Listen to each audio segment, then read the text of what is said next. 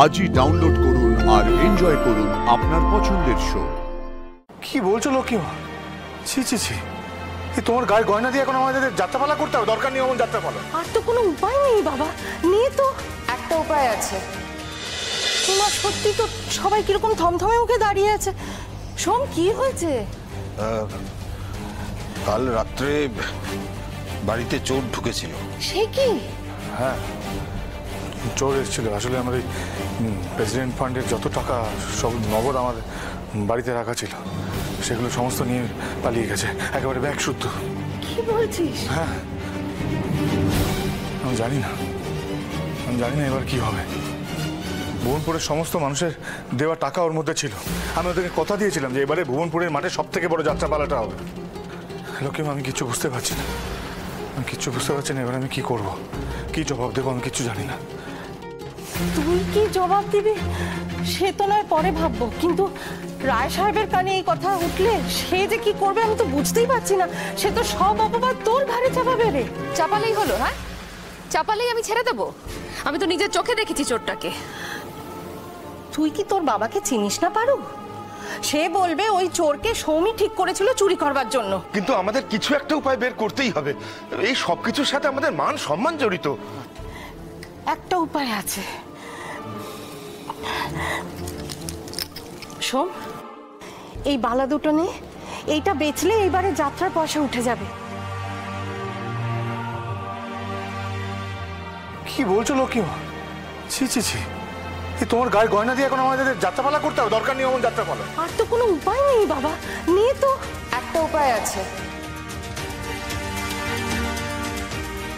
আমরা যদি নিজেরাই সবাই মিলে একটা যাত্রাপালা করি, মানে আমরা ভুবনপুরের লোকেরা মিলে যদি একটা যাত্রাপালা করি, তাহলে কেমন হয়? নিজেরাই যাত্রাপালা? কারেক্ট। কলেজে তো পার্বতী আমাদের নাটকের ডিরেকশন দিতই। হ্যাঁ, মানে কলেজের নাটক আর গ্রামের যাত্রাপালার মধ্যে যদিও অনেকটাই ডিফারেন্স আছে, কিন্তু চেষ্টা করতে ক্ষতি কি?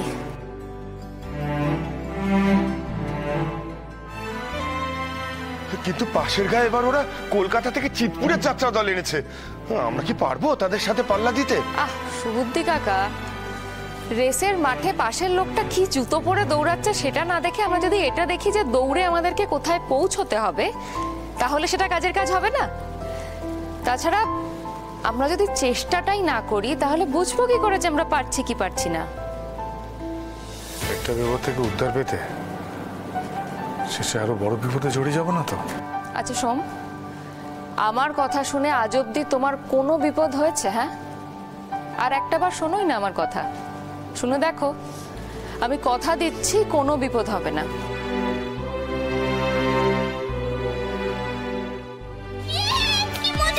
আমরা সবাই পাঠ করব। হ্যাঁ, বললেই হলো আমরা সবাই পাঠ করব। ডিরেক্টর যখন পার্বতী, তখন পার্বতী ঠিক করবে কে কি করবে, আর পার্বতী যা বলবে সবাই সবটা মেনে চলবো কিন্তু। একদম। আচ্ছা শোনো, আমাদেরকে না সবাইকে একটু স্টেপ বাই স্টেপ এগোতে হবে। প্রথমে আমাদের করতে হবে হচ্ছে কাস্টিং, মানে কে কোন পার্টটা করবে।